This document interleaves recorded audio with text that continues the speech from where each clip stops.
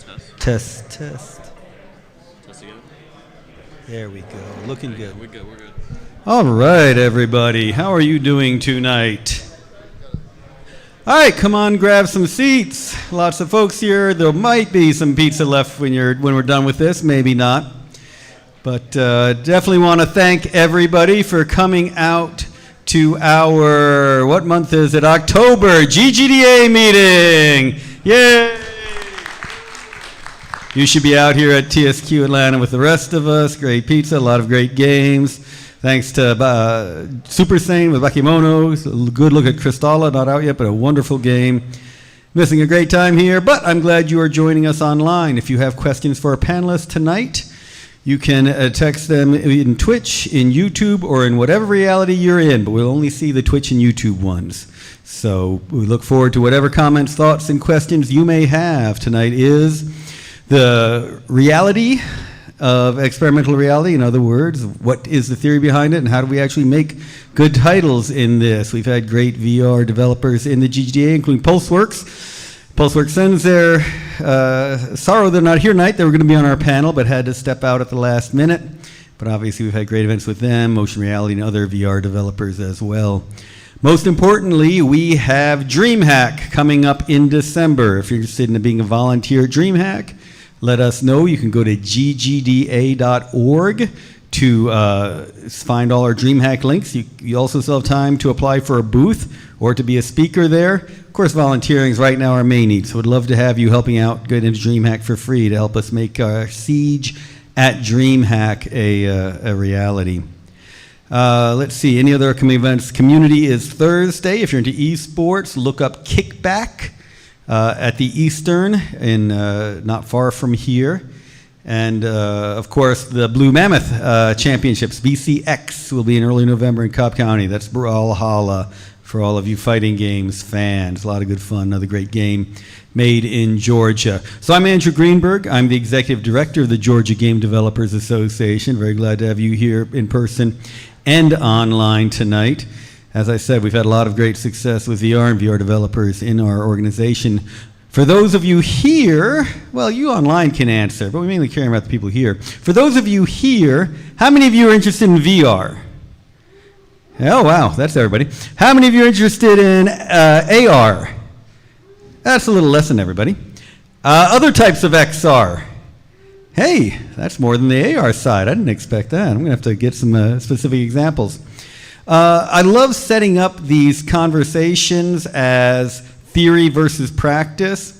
It never works out that way because unfortunately our panelists always seem to agree and just tend to amplify each other's points with great examples. Maybe we'll get some fisticuffs tonight, but I rather doubt it. But having folks who really delve deep into what makes this work, both in the theory and the practice, I think leads to some of the best conversations on these topics.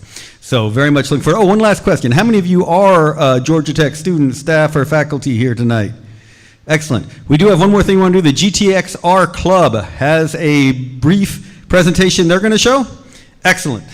So we're going to show off GTXR, our co-host for the night. This is the GGDA sorry, I almost had that right. GGDA GTXR combined event. It's supposed to be VG Dev 2, but apparently they're all taking fall break for some reason. All right, Jack. Hi. Thank you. Welcome. I don't know if we can put the monitor up. I don't know, you guys don't have the projector working? If not, that's all right. I'm here on behalf of GTXR. We are the other half of the collaboration of this event. Really excited to have you guys here. We're a club that makes extended reality projects every semester mostly. We also have a hackathon every spring called Immerse GT. Last year was our first year, and it was the largest XR hackathon ever. Yeah, it's a lot of great opportunities where we're open to members outside of Georgia Tech, of course. We're gonna finalize our pitch competition this week for projects that people want to work on this semester. We're gonna have other speaker events every semester. We got a guy from Unity coming at some point. We have this happening, of course. We had Meta happen last week, and they're likely to come by next year as well. Am I missing anything, Ilkin? So, my name is Ilkin. I'm also part of GTXR. I'm on the exec board. If you're missing anything, I think he described everything pretty well. Have a Merge GT hackathon coming up this April, so stay tuned for that. And you can check out our website to get all of the information on our Slack channel, which is gtxr.club. You can join. You don't have to be a Georgia Tech student or anything. You can just join from GSU, Kennesaw State, or whatever university you're in. So, yeah. Enjoy the event. Yeah, thanks everyone. Once again, gtxr.club. Join the Slack for all our notifications. And that's all. Thank you. All right, thank you, GTXR. And if you're really nice and promise to say nice things about XR, they might let you try their new MetaQuest 3. But you have to be really, really nice. Oh, he's unzipping it as soon as we say that. All right. Well, it's my pleasure to turn this over to our panel. They've been working on great titles all through their careers. And I joked about being theory versus practitioners, but our theorists are definitely practitioners as well. And I've definitely heard our practitioners talk deep on theory as well. So I'm glad to turn it over to James Ashley to begin the introductions and start the night. Thank you. I'll be asking questions tonight before you guys get your chance to ask your questions, but some background for me. I started off in the agency world doing installations, did a lot of work with Connect and wrote a book about Connect programming.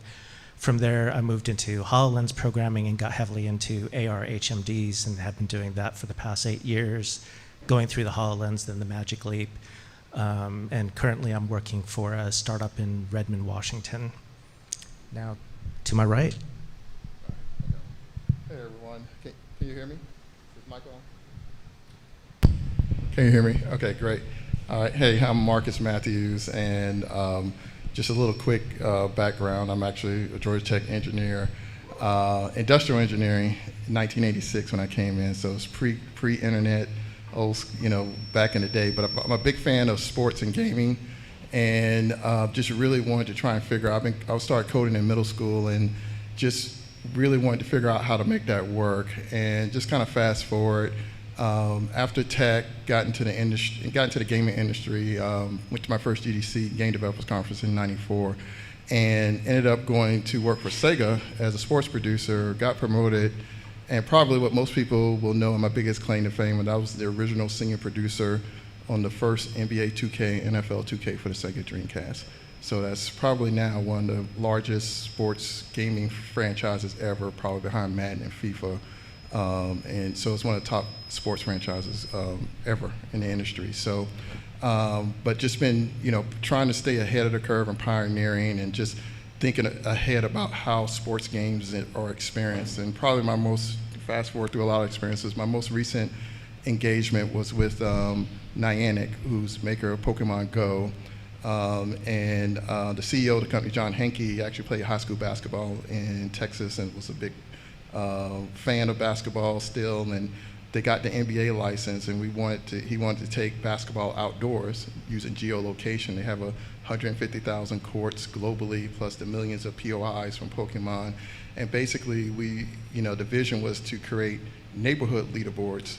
So you can go to a court, collect the players, become the top player in your neighborhood leaderboard instead of a global leaderboard. So it's a new dynamic and an interesting way, and there's some AR and location elements in there. But now my most recent engagement is now in VR. It's a company called Status Pro. It's a startup. They've already released NFL Pro Era, which is Lamar Jackson is the lead player, and that's out on the MetaQuest. Meta's behind it. It's a couple of ex-college football players who started it.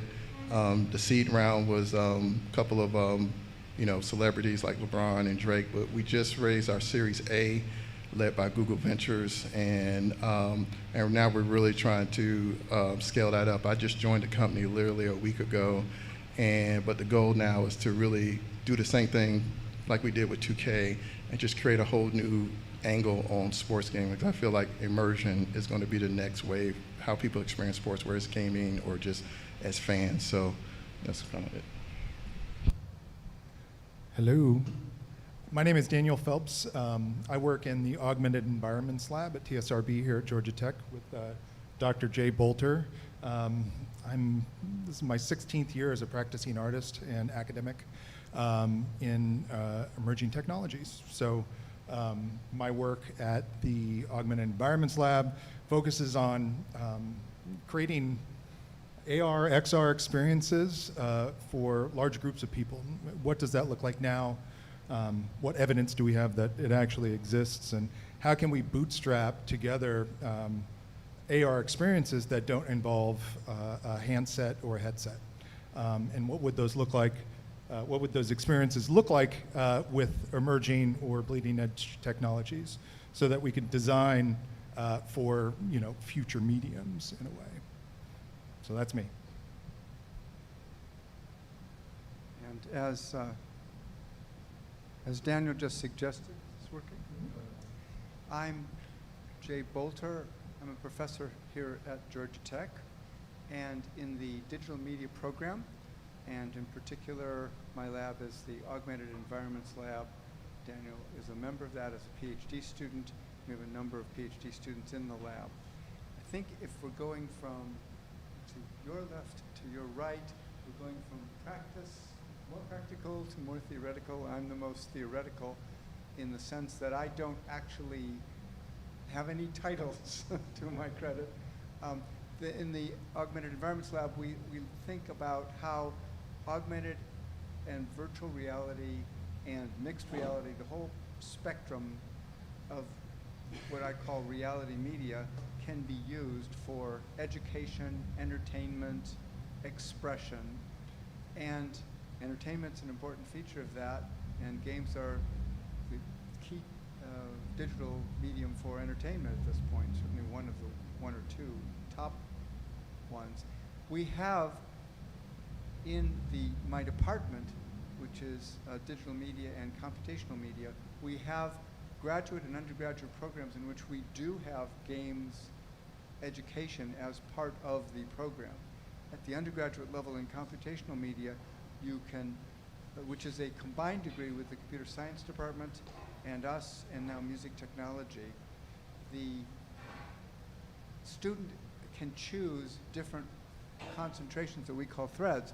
One of the concentrations is games, and you can put games together with a variety of different threads in the computer science side, like intelligence, that is to say, artificial intelligence and machine learning, or you can put it together with what they call the people thread, which is HCI and how computers are being used by people, or you can put it together with other threads that allow you to craft your own combination. We have 300 students in the undergraduate program. I don't even know how many we have in the whole graduate program, but a large fraction of that number, especially at the undergraduate level, are interested in games and going on to careers in the games industry. So my interest is in the whole field and its development and its relationship to other media, social and political implications, cultural implications, but specifically students can major in games as a professional practice. Great. So I think I'll go backwards with the questions. And if I can, I'll just wait. Ask you, Jay, the first question. Other people can hop in if you feel like it. So you're the director of the Augmented Environments Lab, and that's a very impressive sounding lab to me. I imagine you've got cages with monkeys and you make them play Beat Saber and track it, but I imagine the reality is very different from that.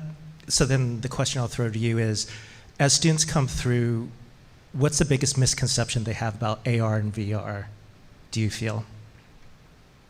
The biggest misconception that students have about AR and VR. I think perhaps, I don't know that students have misconceptions. I think students have conceptions. In other words, this is such an emerging field that it's up to you what you make of it.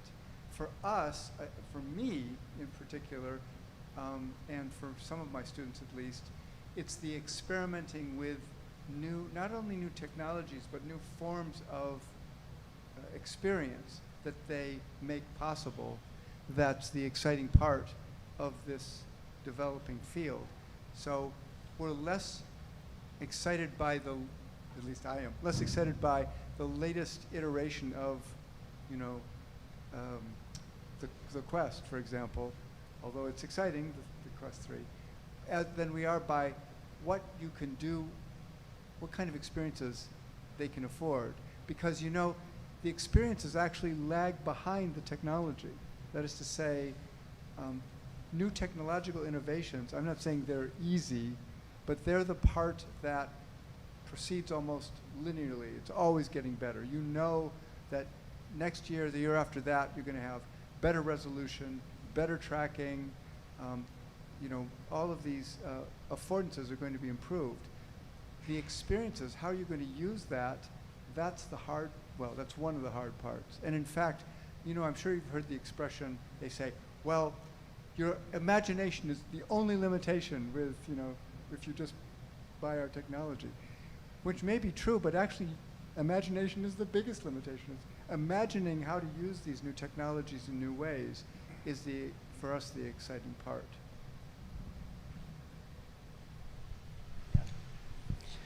So let me throw one at you, Daniel. You're basically looking at augmented reality and finding different ways of doing it, right? So since the audience has a preference for VR, I think, let me try that with VR. What are different ways of doing VR that people don't really expect at this point? Different ways of doing VR. I think that, you know, one of the things that's kind of ubiquitous with maybe this crowd, but also the crowd that purchases VR headsets is, you know, we're always chasing the hologram, right? We work with a distinguished faculty member, and she wrote Hamlet on the holodeck, and this idea of a holodeck and what narratives can be told in these reconfigurable or indefinitely reconfigurable spaces right now are limited to HMDs and phones, right? Whereas, I mean, it kind of fell out of fashion, but using your phone as a 3DOF and display device, that's a little bit more portable. But what do real environments that integrate a digital environment look like? What does the next big thing look like? And it's almost looking at you know, experiences that are created under capitalist circumstances, right? So look at attractions and what is an attraction, and are there VR attractions out there right now that can be converted into attractions of space, where we track each user in space and deliver to them an individual single point perspective. That technology exists now, right? And there's different ways that we can do it, specifically with eye tracking, where we can hide views from one person by only showing them to that person using a myriad of technologies, such as, well, polarization is the only one that really comes to mind, but VR experiences that don't really rely on just an HMD can be made, where you're injecting a simulation into your reality, but you're not doing it with, you know, with a projection that is intercepted, right, by a piece of plastic and a reprojection.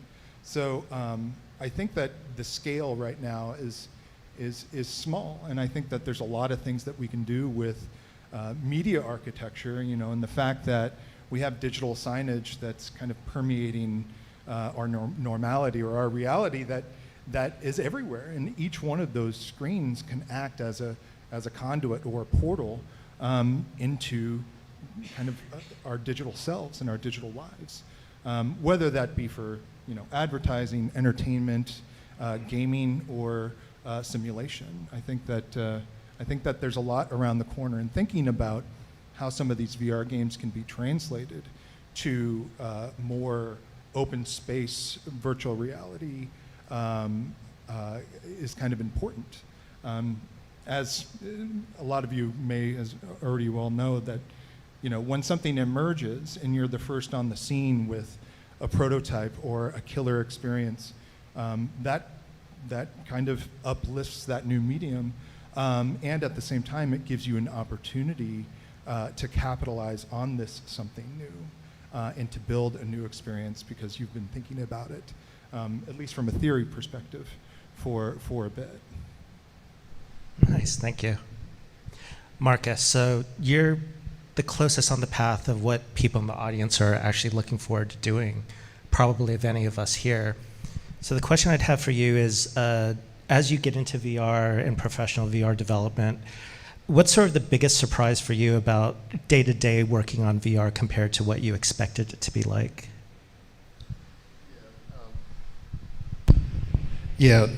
I think that's a good question, and one thing I want to kind of preface before I answer that question is that, I've been involved in games for a long time, and I've gone through a lot of technology transitions.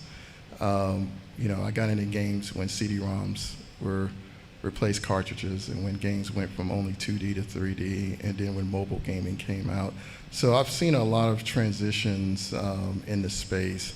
And now as I get into VR, I think the main thing that we just have to keep in mind is that I like to call myself an ex-engineer, because I had to realize that if I wanted to make games that connected and experiences that resonated, that games at its core are emotional experiences, not technical experiences, even though we use software.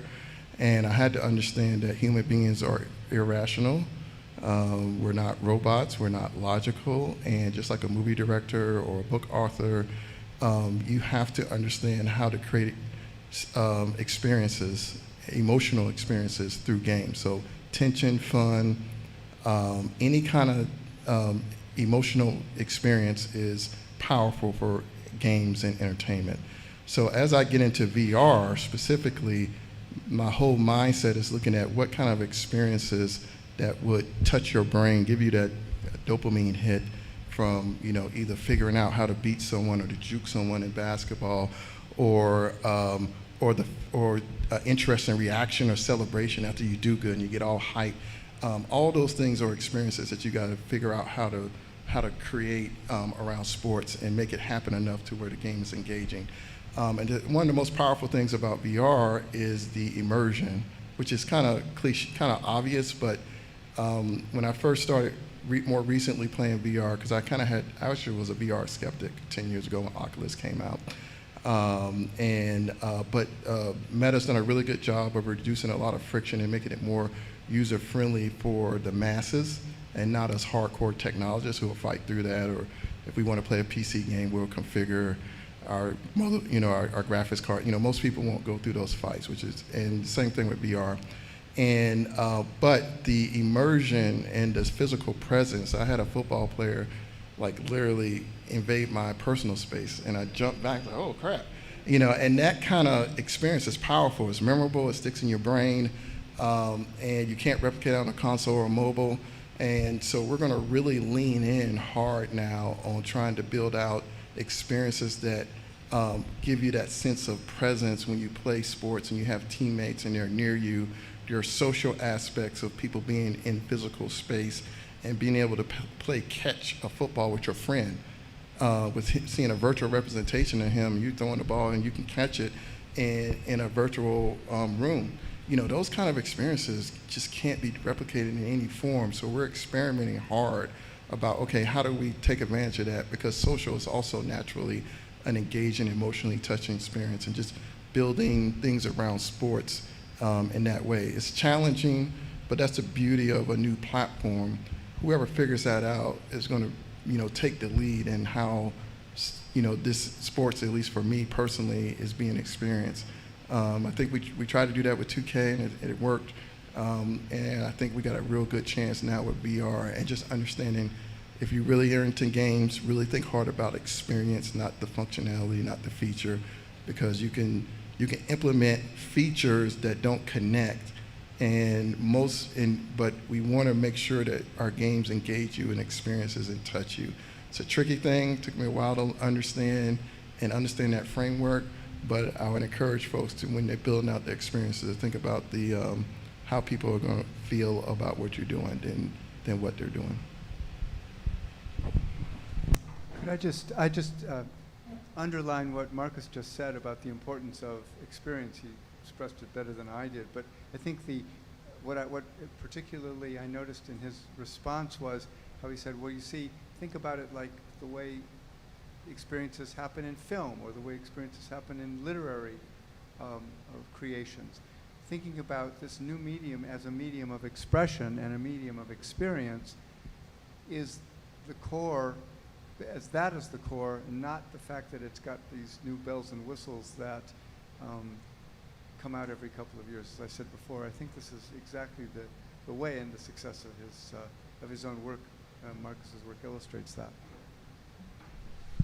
Yeah, so it's sort of a theoretical thing. We talk about experiences. I came out of the agency world where we always talked about the experience over something else, right?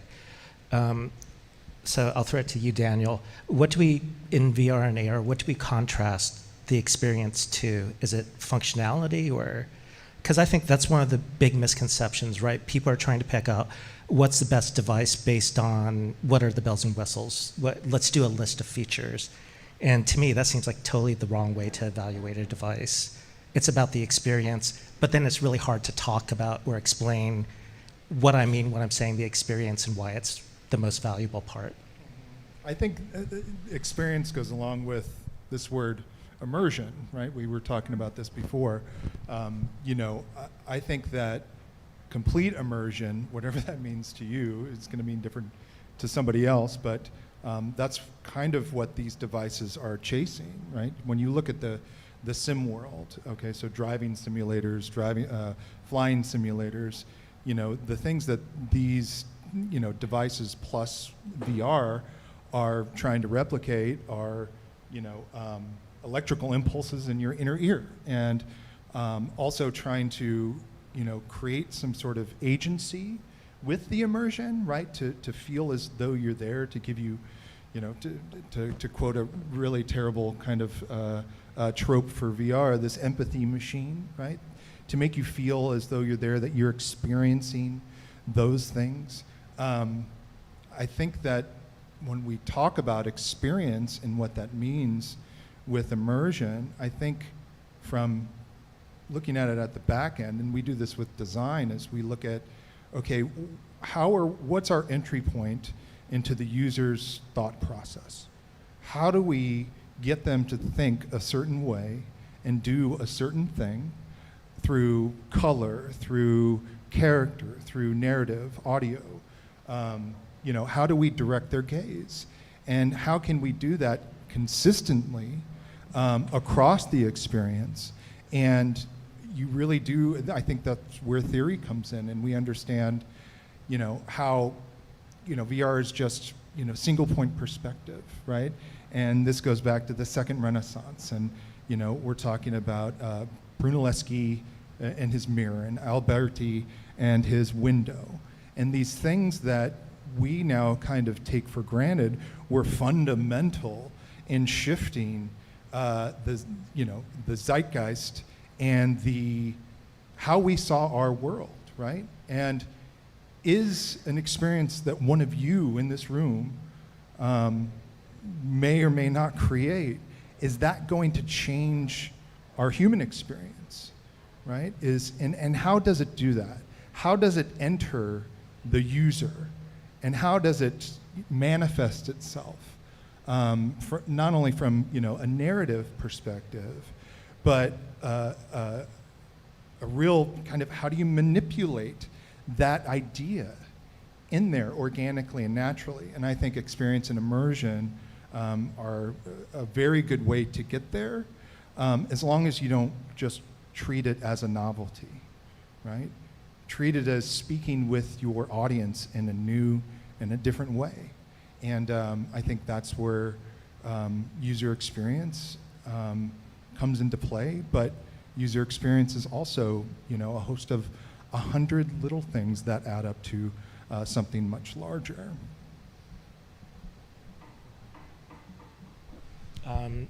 So then that's another term, user experience, which is one of those terms that means different things to different people.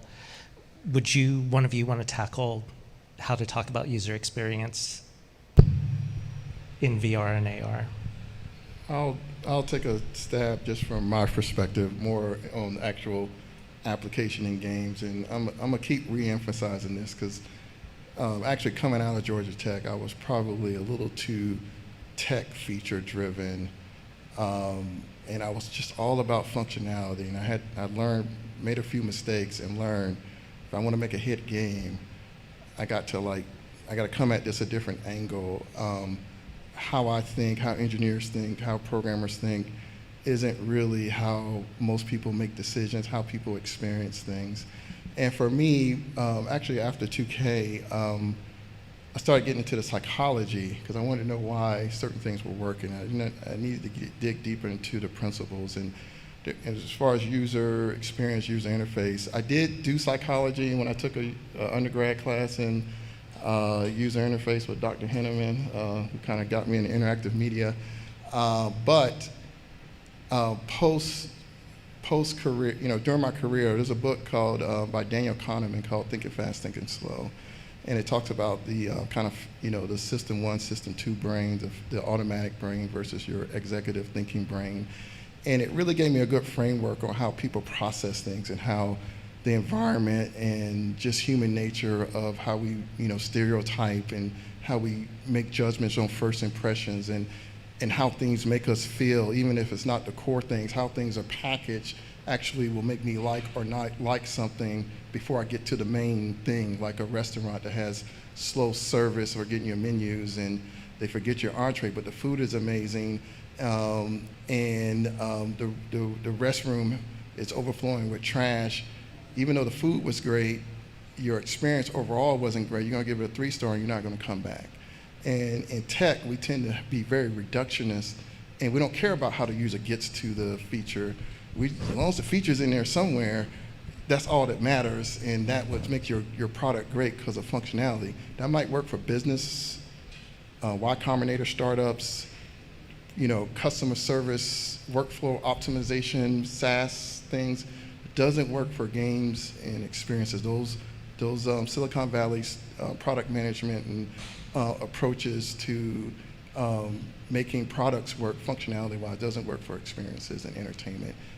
We are closer to Hollywood, and if you understand that, then and you research the psychology of how we think and how irrational we are. And there's another book, speaking of irrational, the Heath brothers, Chip Heath and his brother has a book about irrational behavior and behavioral economics. If you guys start to look into that and marry that with what we're doing at VR, that'll give you a lot of insights on how to make your experiences connect and resonate, and to just get that human emotion and experience part, because it's very vague, but if you understand the psychology of our brain, that'll help give you frameworks to figure out how to build these experiences. I'll put it at that.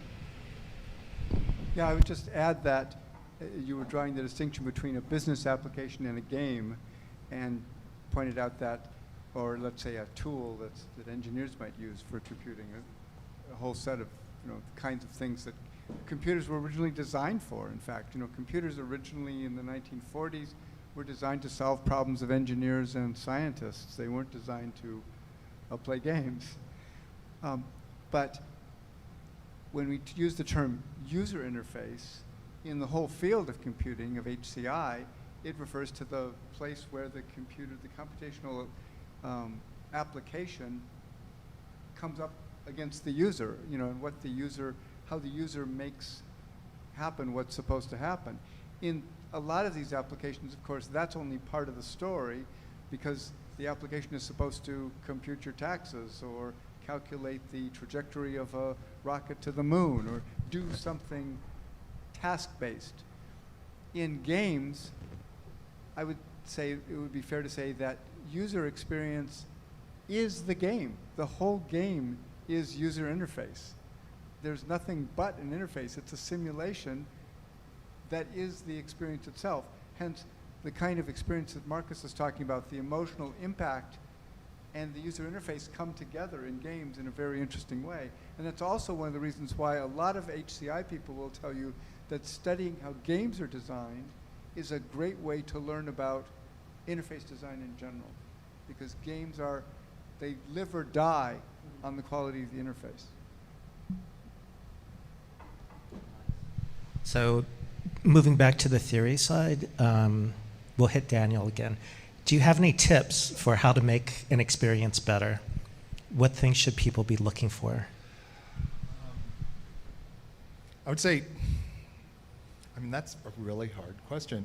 I think understanding your audience and your target audience and your target user, you know, not generalizing a single user, but really spreading the spectrum out for all different body types. You know, we talk about IPD and whether we're depth sensing. I used to work in 3D television when those were really big. And you know, I did a short film and got it into a show and showed it. And one of my best friends came, and I asked her how she liked it. Like, was it interesting? And she said it was great. Although I have to tell you, and I've known this person for 20 years, that I have a lazy eye and I don't sense stereoscopic depth, right? And so this entire, you know, film festival, she watched with 3D glasses on, but not seeing that, right? And I'm not suggesting that we design for that lowest common denominator, but at the same time, that's an accessibility question, right? Like, how far does our scope of our, you know, imagined user go? And I think that, you know, understanding motivation of that user, their wants and their needs from a very primitive, basic level is important, because if you think about it, we are hacking. I hate to use that term, but we are trying to enter somebody's brain with a VR headset at a biological level, stereoscopic vision, you know, binaural audio cues. You know, we are getting there with all of these other ways to talk to our nervous system and do these things, but does it work for everybody? And if it doesn't, can you scale it down or scale it up, right?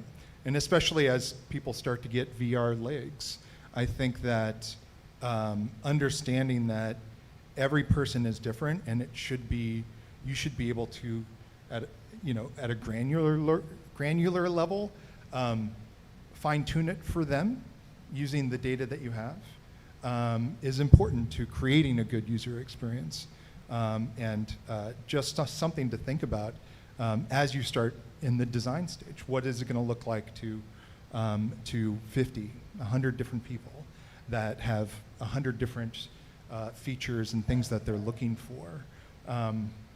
Yeah, I think that's what I would recommend. How about you, Marcus? Tips? Kind of just repeating what I said before about the experience. I think anyone that's looking to do something that resonates, that connects, that gets out of the hardcore technologists or hardcore experienced people who will fight through things, understanding psychology is huge. And if you can marry the functionality but come at it from how people really perceive and interpret things, it'll give a really good frame, not only for yourself but for your team.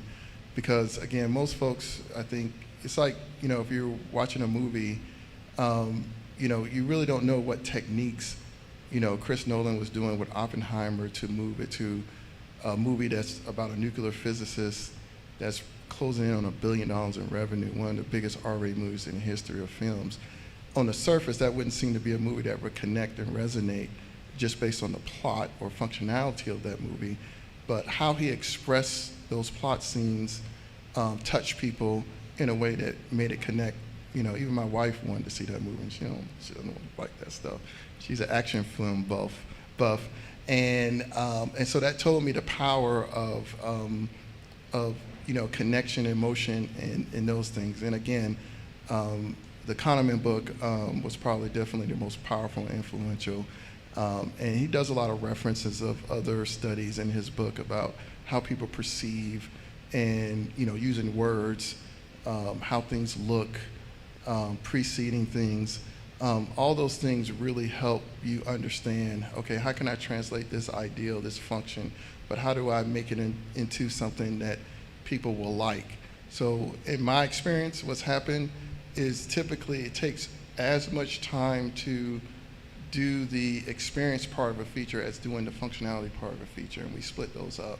So we identify all the features that we think are good, but with new teams, I say we don't do features. It's like, what experiences do we want this game to have, from UI, from on the field, off the field, and once we scope out those experiences, then we go and figure out how much functionality and features it will take to do each of those experiences, and then that'll help us figure out how many experiences we can get done in a set given time and resources versus how many features can we get done, because typically you can get more features than experiences, but in gaming, not non-gaming, it's better to, you don't want to have 10 bare bone MVP implemented gaming features because your game will be flat and won't connect. In the same way, if you do a movie without cool special effects or exciting chase scenes and you do basic of all that stuff, the movie is going to be flat. Same thing can happen in games. It's better, instead of having 10 of those type of features, 4 really powerful, emotional, connecting, strong experiences where people will say, yeah, you need to check this out. This was amazing, even if it's short.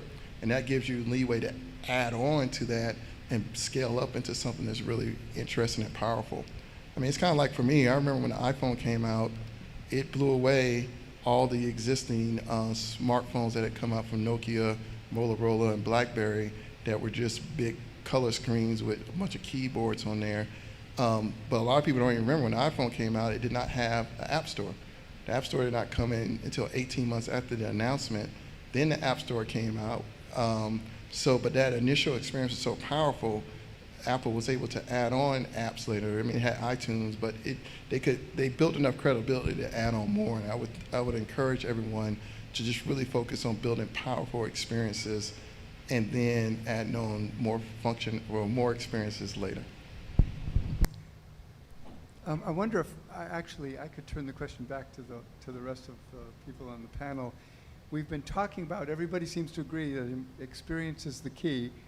I'm going to get us a little geeky again and ask a kind of two-part question. One is, experience is the key, but these different media afford different experiences, and it's the technological affordances of the medium that make possible the experience. It's not the experience in itself, but it makes it possible. That's just my hypothesis.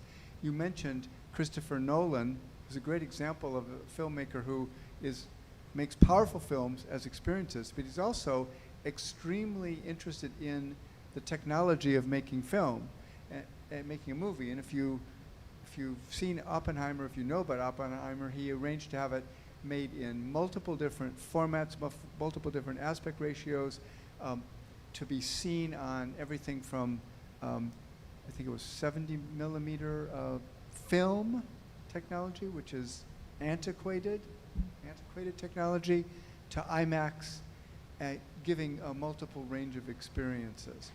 So my question to you is, what is the relationship between the technological affordances and the experience? And in particular, all of you have been working for years in this field. From when you started till now, has the technology evolved to the extent that you thought it might? Are you surprised by what we can do now in the way of affording experiences that we couldn't do then? Are you disappointed by what we can't do yet? James, too. I'd like to hear from all of you. You want to go, James? Sure. I think one of the things that surprises me is that things haven't really changed that much since 2015, 16 when the HoloLens came out. And that's my specialty, AR, HMDs. Certain things get better, features get better, right? And it always tends to be around, if you look at a chart and do side by side, who's improving on certain lines. But let's say we've doubled the size of the field of view for waveguide type AR, but the actual experiences are more or less the same as they've always been.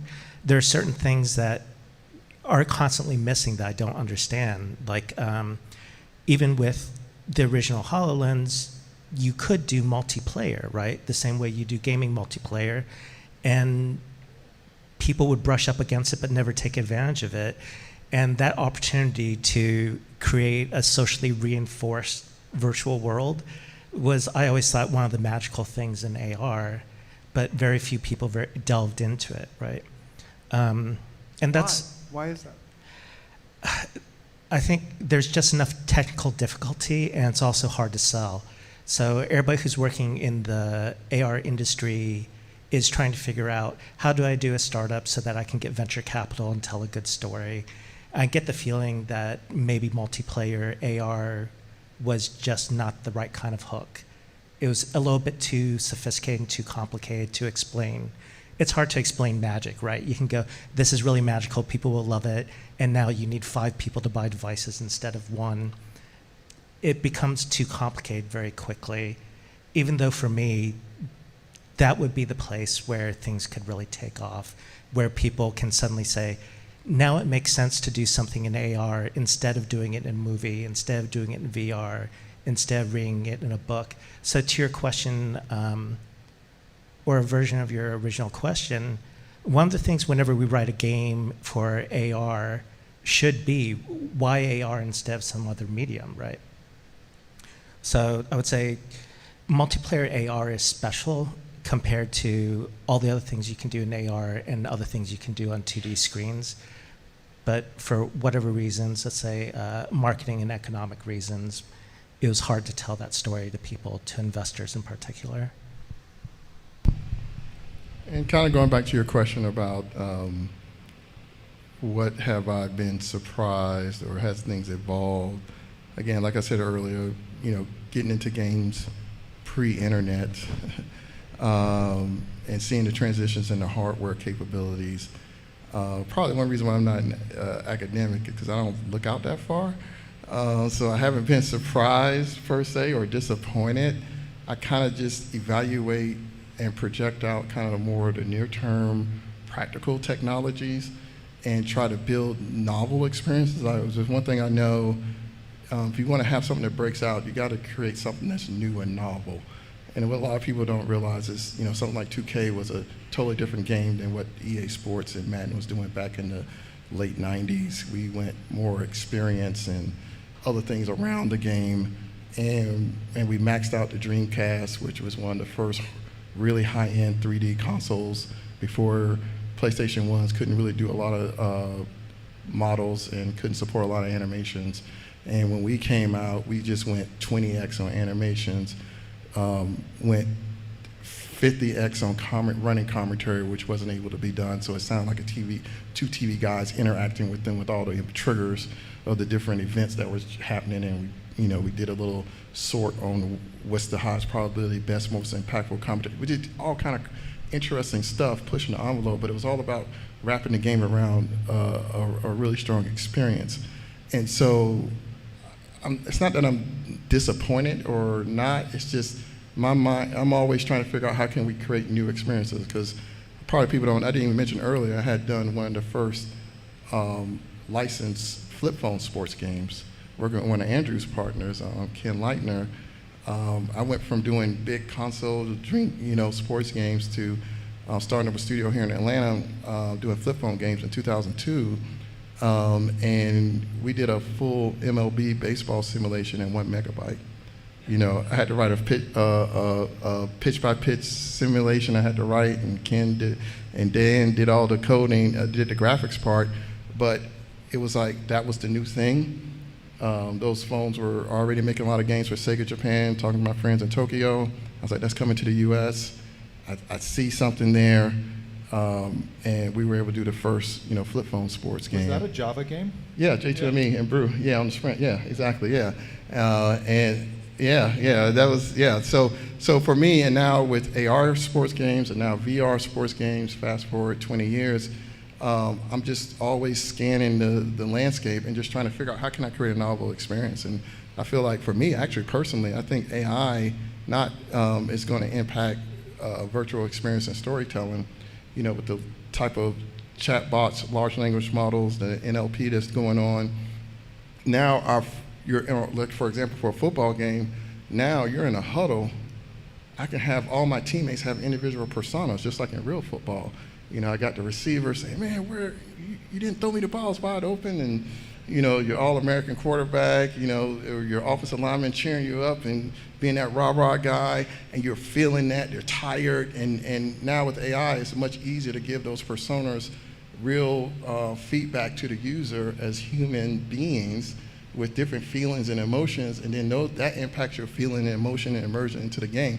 So not only is the VR part going to be immersive, leveraging the environment around AI, and that even adds another level of immersion. And so we're really combining those things into, again, novel experiences. And so that's what's so exciting. So I just kind of go with the flow with the tech and just keep trying to figure out how to integrate different things to create new experiences. What about you,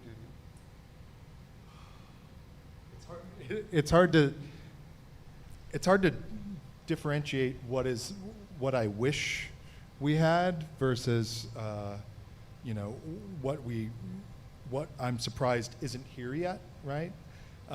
Because obviously market penetration would help all of this technology move forward faster.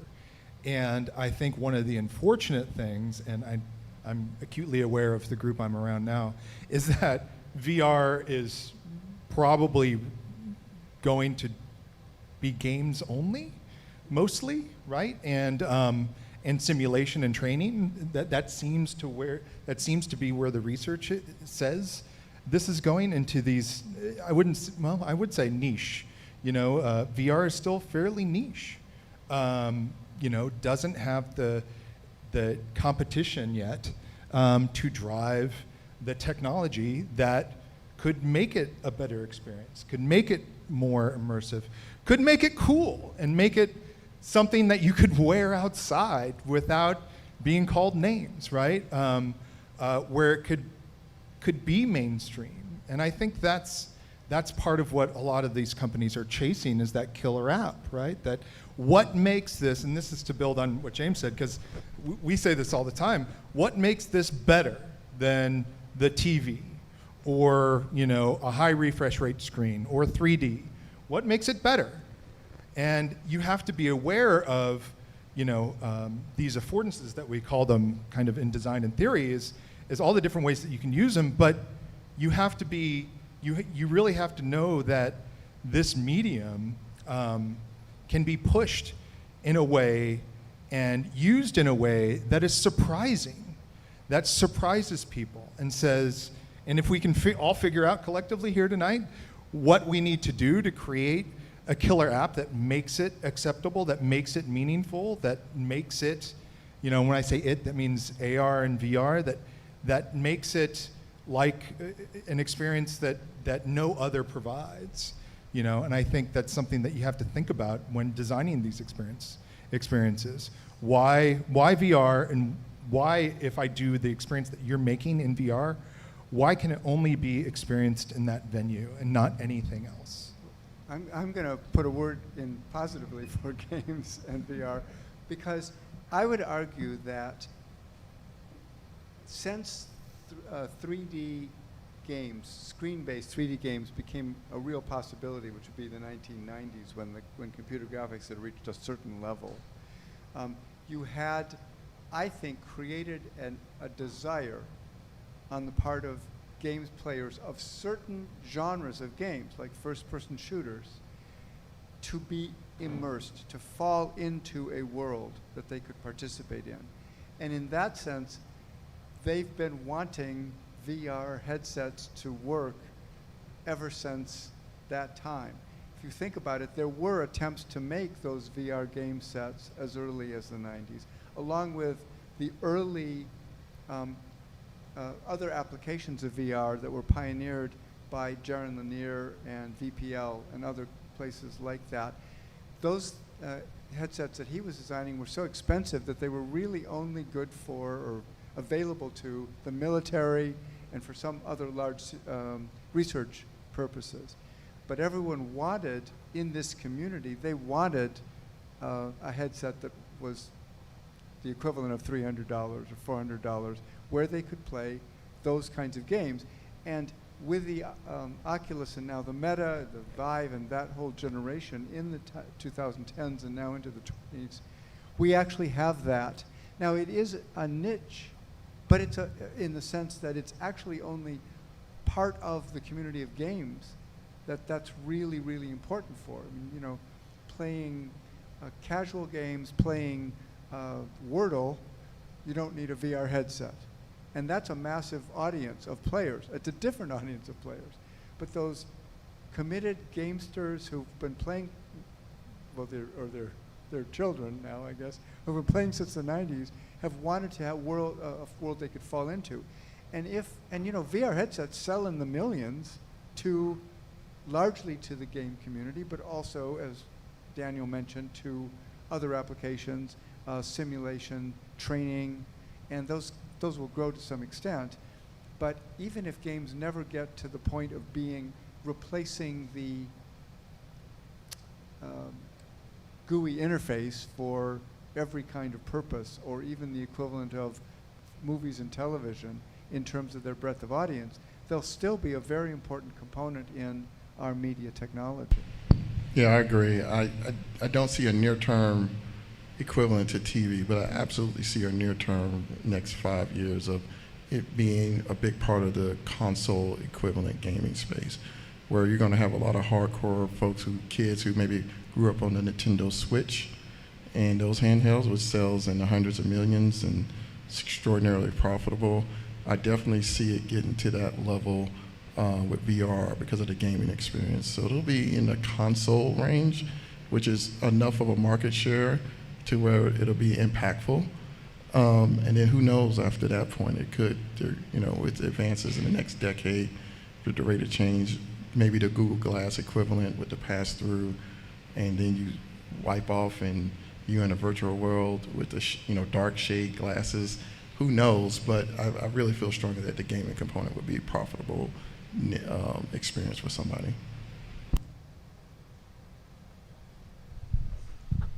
So one of the things, if I can ask one last one, you brought up the killer app. The whole theory around that is we know the PC took off because people turned out to need Excel sheets and then could justify it to their companies to buy something really expensive because the PC at that point pays for itself.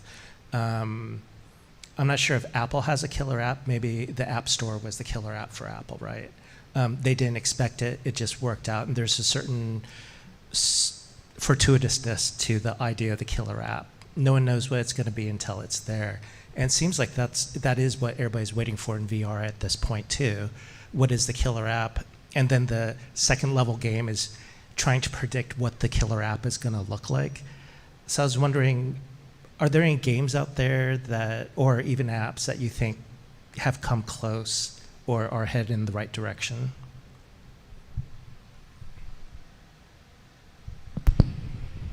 I think the industry is still, at least for gaming, I don't can speak for gaming, I think it's still early for that equivalent, that killer app. But there are some good games out there. Assassin's Creed has a really nice Meta 3 game out that's, I think, really smooth and start to go in that direction. There are a couple of PC VR experiences, but they're much more powerful than what the Meta can do. They're doing Boneyards, and some other people are doing some pretty interesting, but it just hasn't crossed over to mass, like, oh my God, you gotta get this right now. This is fire, this is the hottest. It's like folks in the industry are like, wow, that's nice, that's impressive, but we just haven't crossed that threshold. And like you said, anybody who says they can predict what that's gonna be or when it's gonna happen, they haven't gone through a lot of tech transitions before, but it's gonna come. I feel like we're on the cusp of it, and and I'm doing my best to try and figure that out and see what we can do. But yes, it's just not here yet, I think. Yeah, I think what we're talking about is an inflection point in adoption, right?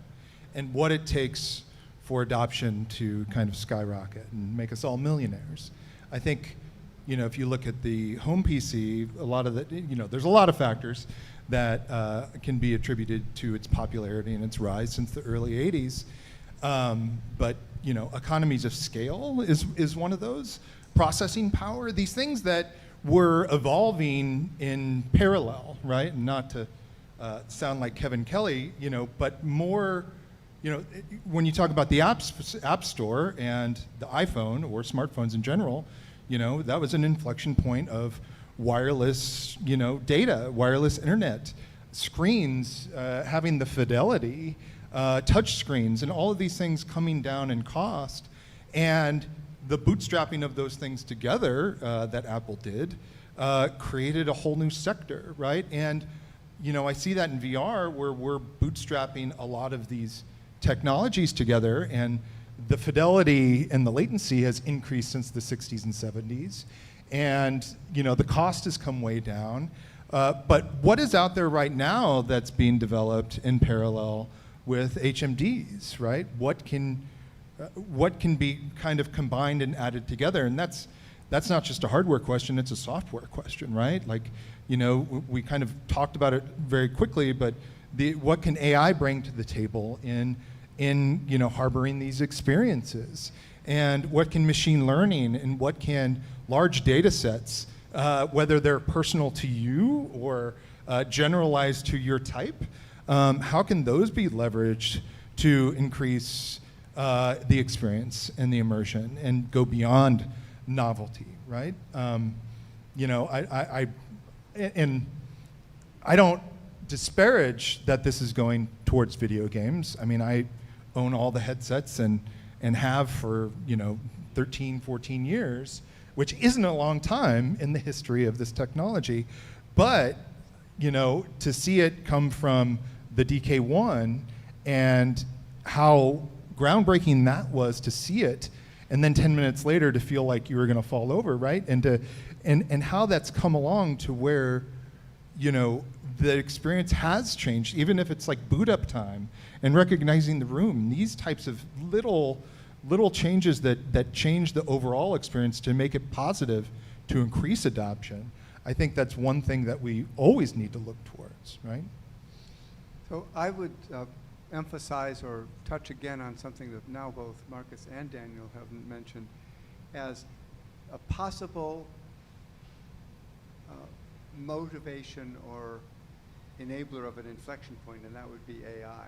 It seems to me that just in the last 2 years, the capabilities of the generative image AIs and the large language models has burst on us, indeed on the whole sort of tech community, but even beyond that and to general cultural dialogue in ways that just seem exciting because we can't necessarily predict where they're going at this point. It just isn't apparent where the trajectory is heading. But the possibilities that they present for changing a whole set of affordances in these media, VR, AR, indeed all of the digital media, the possibility for adding to those affordances is so potentially so great that it could be an inflection point for a whole new sets of applications, not just for the coolest games that one can imagine, but for applications that previously didn't seem feasible or that we haven't even thought of yet. So it's simply a guess, but if I had to guess, I would say AI is the wild card that looks really interesting.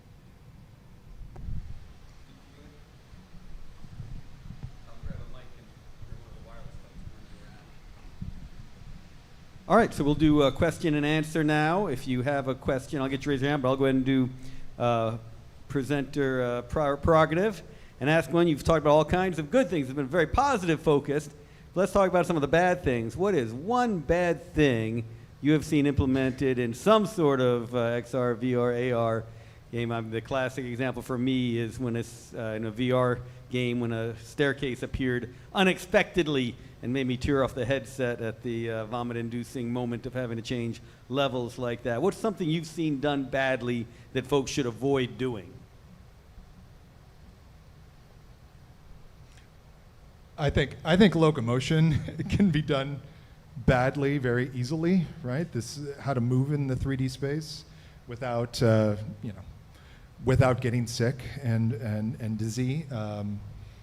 That's one thing that I wish we had figured out, is how to move through spaces without having to develop some sort of disassociative characteristics with our inner ear and our vision, right? Like that's what the VR legs are. They are being able to disassociate and tolerate the lack of immersion, with our senses. So, games that use games that kind of insist on a natural movement in space, rather than relying on things like teleportation or railroading.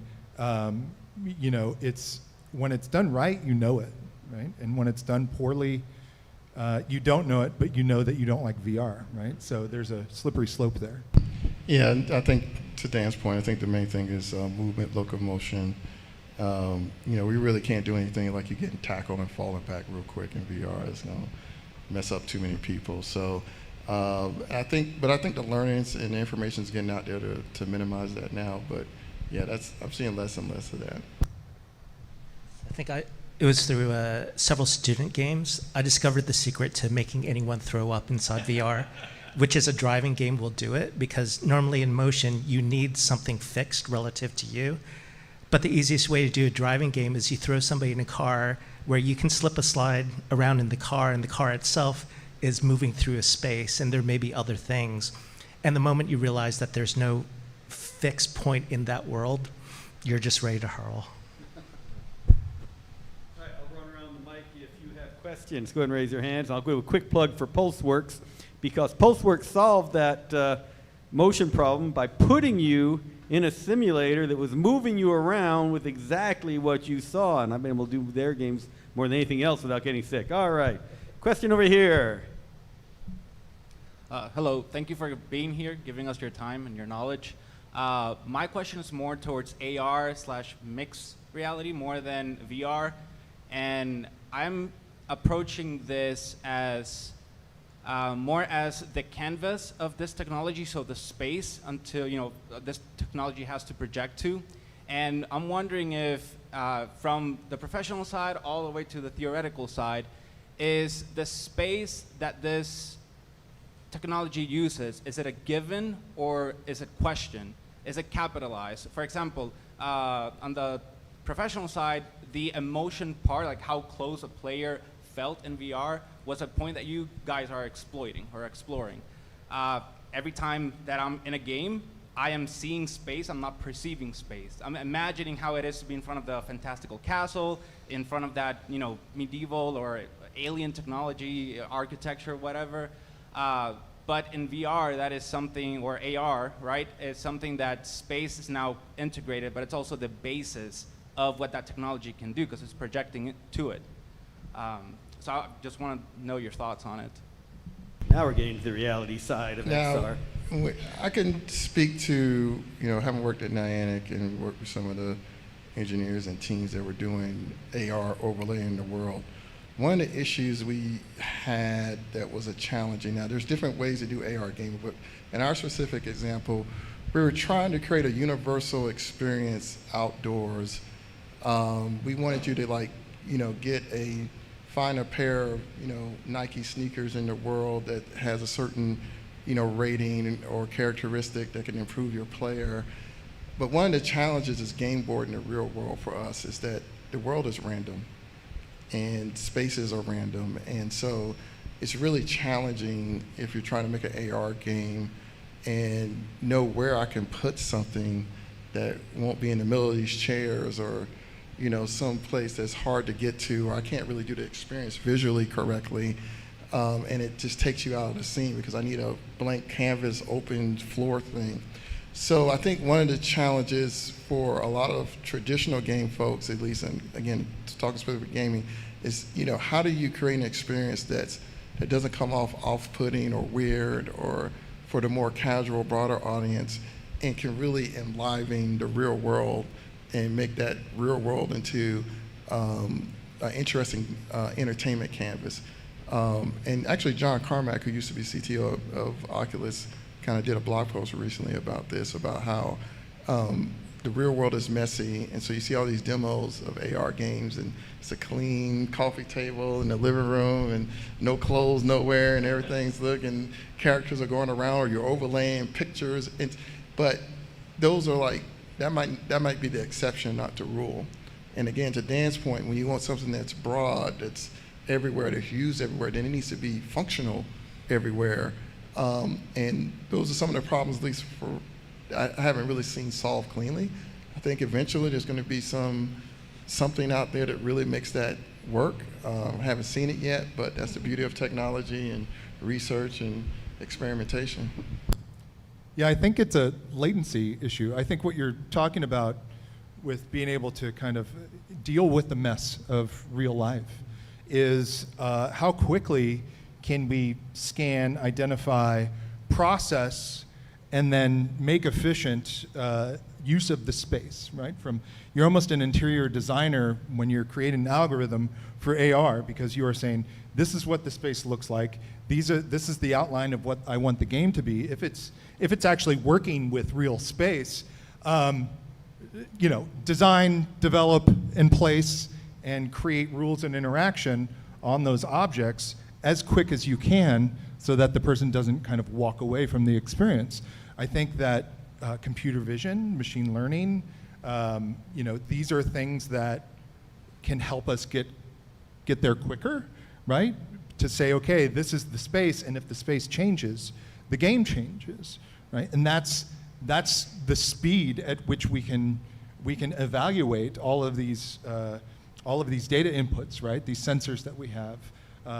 These where we are, these anchors, is what we call them, and how can the space work for what we create, and whatever we create, is it malleable enough to work within this space, The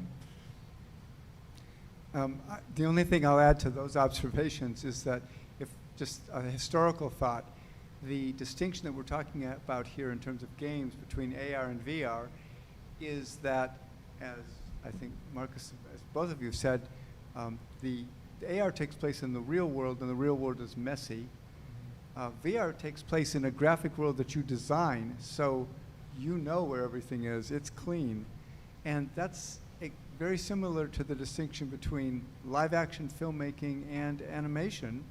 And what makes live-action filmmaking so difficult is that you have to film in the real world. That's also its strength, but that's why people spend months scouting for locations. It's why you spend so much time setting up on the set to make sure everything is there, and when one thing is out of place, it becomes immediately visible in the frame. So there's an interesting historical continuity here in terms of the use of space in those two technologies.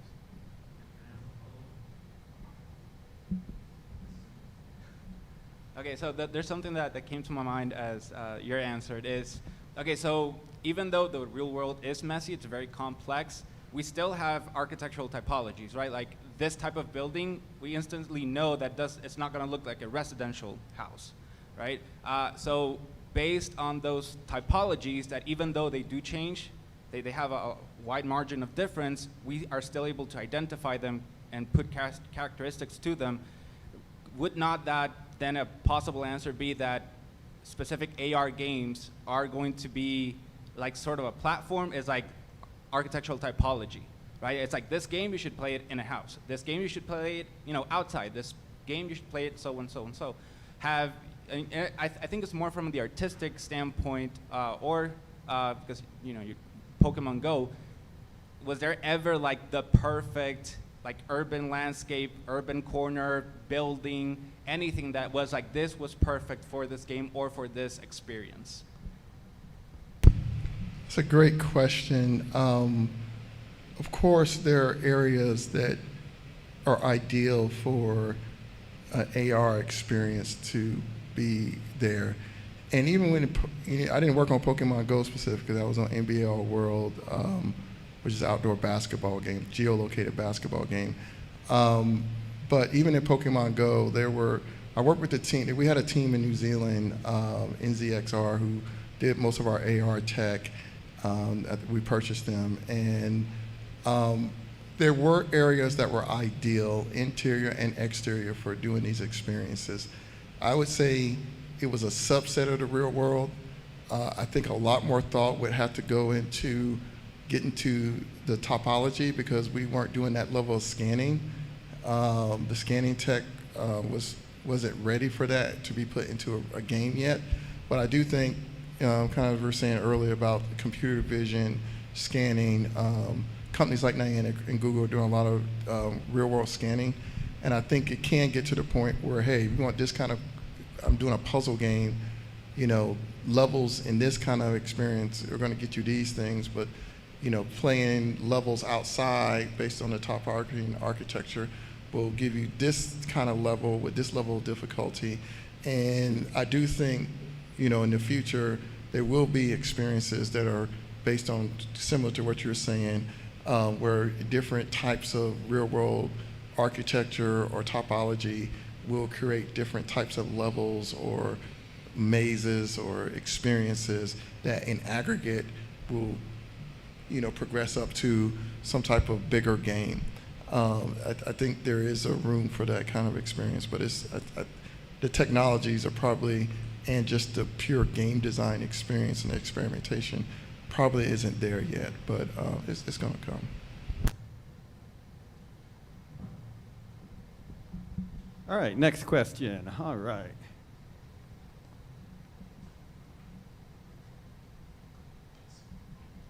Hi. Can you hear me? Okay, so I'd really like to know, for whoever's willing to share this, what's the most profound or impactful experience you've had in VR or AR? And maybe you could break down the psychology of why it was so impactful and how we as developers can apply those to our own games.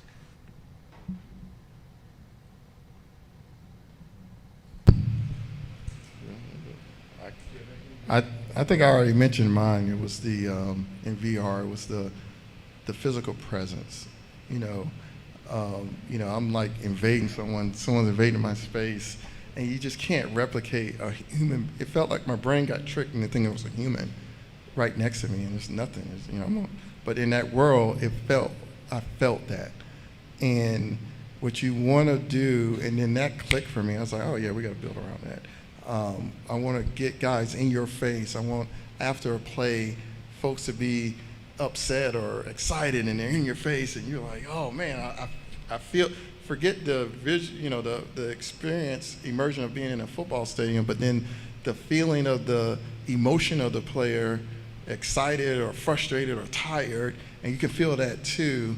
But that physical presence is powerful. I mean, I don't know if you guys know about Lex Friedman, the MIT professor who does the podcast, and as part of the Meta 3 announcement, him and Zuckerberg did this virtual podcast in virtual space, and the level of realism and the sense of physical presence there, even though that scanning technology is 5 years out or 10, but that presence thing for VR is just amazing. And we're going to be experiencing our friends and hanging out virtually for sure in the next 10 years. I think an experience that builds off this idea of presence is you know, the first time I played a game based on fear was a visceral experience, because it scared the living hell out of me. And, you know, looking back at, you know, even going into new games now, knowing that they're going to be, you know, scary, I understand why the horror genre exists in cinema, and I understand why VR is so powerful, because it can quickly elicit an emotional, primitive response from your nervous system. And the more we can kind of do that, like, you know, like fear is one thing. You know, when you talk about, Marcus, when you talk about feeling as though we're next to each other, like, what does it take? How much immersion, how much fidelity? Like, feeling as though I'm next to a friend from thousands of miles away, is that going to be fixed by increased resolution? Is that going to be fixed by, you know, pass-through? Like, how is that, what is it that is going to be developed and brought to the table that will make the feeling feel real? Don't mind the visuals or the simulated visuals or how well the simulation of Mark Zuckerberg's body is compared to 18 months ago, right? When Worlds came out. Like, what is going to give us that feeling? That's not going to scare the shit out of us. I think it's interesting that fear is often used as a measure of the efficacy of the medium, because that goes way back. There's a story told of one of the first showings of cinema in 1896, where the audience is sitting in a cafe in Paris, and they see on the screen just a 50-second movie of a train coming into a train station, and the legend is that the audience is frightened because they think the train is so real that it's actually going to burst through the screen and crush them. I actually think that story, I'm not the only one who thinks this, is apocryphal. It's not true, and that what the audience actually experienced was the excitement that comes from both the reality of the image, but also knowing that it was an image. And the astonishment that you get from knowing that media can be so real is, I think, actually the experience that we're talking about when we're talking about immersion. If you think about it for a minute, if the holodeck was ever achieved to the extent that the vision is that it would be indistinguishable from reality, it would be just as if you were sitting here in this hall now, looking around, and everything was simulated. How would you feel? You would feel nothing. You would feel exactly like you feel now, because it is real to you. And it is the knowledge that you're in a medium combined with the fidelity that makes the powerful, the impactful impression. Excellent. Next question. All right. And I certainly won't recommend you do what our friends at Motion Reality do. They do the training VR games where they'll set the electrodes on your body to zap you to make the experience more real. And yeah, Marcus, no groin injuries in your football game, okay? But here we go. Yeah, I'm interested in what the academic versus the kind of the boots on the field production guys would say would be the minimal viable testing, like user-focused testing and QA for these experiences, so that you don't do the negative outcomes that can happen in these programs. All you can afford. Yeah, I'll jump in, kind of being more on the practical side, since we got to create experiences that or games that actually people want to play. User testing is, whether you're doing VR or not, that process doesn't really change that much. I think the main thing is just defining your use cases, and because it's such a new medium, just being very careful in getting enough different people to do the same experience, because different people react differently to VR. So it's not like everybody's brain is exactly the same. There's a spectrum there, and you just want to make sure you're, well within the comfortable range for the vast audience. Kind of like you were saying with his 3D movie, someone had a lazy eye and couldn't experience it. That doesn't mean you should never do a 3D movie, but you have to keep that in consideration. And this is so new. All the information about things like what Andrew and everybody's experienced with motion over the last decade, there are kind of standards, and Meta's put out standards of things to avoid. But yeah, you just have to do your same QA like you would a mobile game. Define the use cases, test out what you're doing, and test out each of your interactions. You may have someone go to a room in this scene and do these things and grab this, and then another thing, they're shooting something and moving on the fly, and just try to come up with all those combination and combinatorial interactions and see, just get a cross-reference. And then if you do beta testing, I'm almost certain that as you scale, you'll start to get feedback.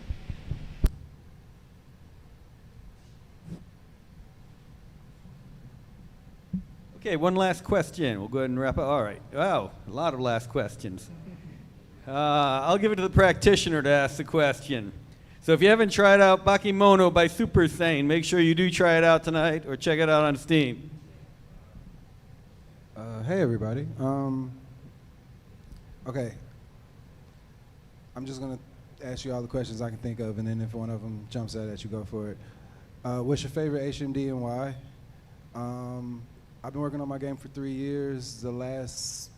Aside from like funding and CEO stuff, which is a whole nother thing, I've spent the most of this year like remaking the onboarding / tutorials over and over and over again, because VR is kind of weird in the sense that like I originally expected everybody in the VR space to be either super nerds or people who had already spent years and years playing video games, so you could teach them the mechanics.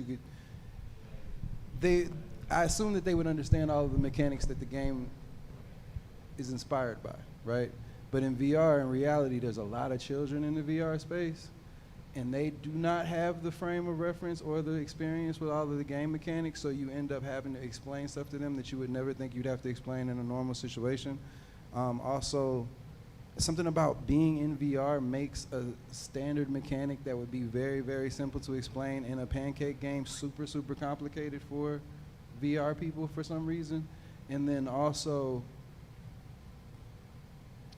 basically, okay, so you got the boomer shooter style of making levels in games, right, where you give a player anywhere between 10 minutes to 15 minutes to 45 minutes with each mechanic, so they can adjust to that one mechanic before you move on to the next mechanic. But for solo developers and indie developers, that is very cost prohibitive, because you have to make 12 levels, or you might have to make 4 to 6 hours worth of content that you might not have made in a normal situation or a flat screen game, because in a flat screen game you can force the player to run through an area before, you know what I mean, and before they go on to the next scenario, whereas in VR they can kind of like go around it, you know what I mean, like forcing the players into lanes is kind of a weird thing. You have to create artificial checkpoints for them, because otherwise they can circumnavigate all of your triggers. They can walk around all of your, so is there a way that you guys have come to the conclusion that's a good way to explain mechanics without doing the kiosk thing? Let me jump in here. I understand where you're going as one practitioner, especially as I've shifted from mobile to VR. The number one thing you got to do is store away all your prior video game constructs and mechanics. You cannot apply mobile or console game or PC game systems to VR. That's one of the reasons why I'm joining this company is the first iteration of the game, they're trying to bring Madden over to VR, and that's wrong. And it did okay, but it's not, you have to build from the ground up around VR. So you should not assume there's one way to make a video game experience. When we did NBA 2K, we built it around the capabilities of Dreamcast. We did not look at the other sports games that were out there. There were 8 other football games. We were like, we're all in on what we can do to make this, max out this experience. So anyone that goes into VR, throw out those mechanics, build around what VR is about. VR is about immersion first and experience and that physical presence. That's what you need to think about, because your control mechanisms won't work. People aren't going to be playing a VR game for 2 and 3 hours like they would a PC or console game. They're much shorter experiences, so you have to design your games to be easier to get into, more broader based, and more casual. The hardcore gamer audience does not really, I think, exist on VR. I think VR, because of its novelty and newness and the type of experience it is really for the more less hardcore gamers and more experiential gamers. I look at VR right now as like I'm making a Disney ride, or Universal, where you're going into a thing and you're kind of getting these experiences that are curated very carefully.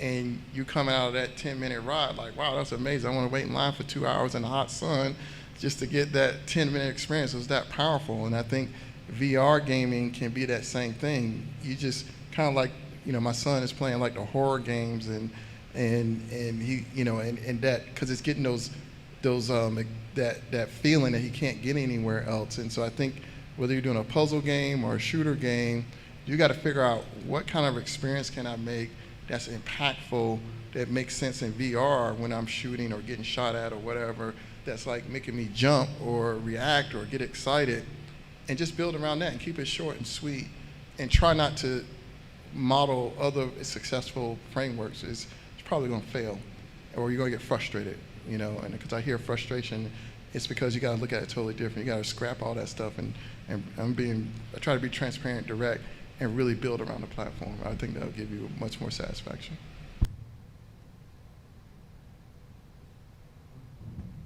Samsung Odyssey Plus. I'm still rocking it, to answer one of your questions. All right, well, thank you all very much. Let's give a big round of applause to our speakers, to all of our panelists. Great information tonight. They'll be hanging out for a little bit more, so hit them up with your questions. Check out the Quest 3, check out Bakimono, check out Kristalla. And November 14th, our next meeting will probably be online, but of course, December 15th to 17th at DreamHack. Thank you, everybody.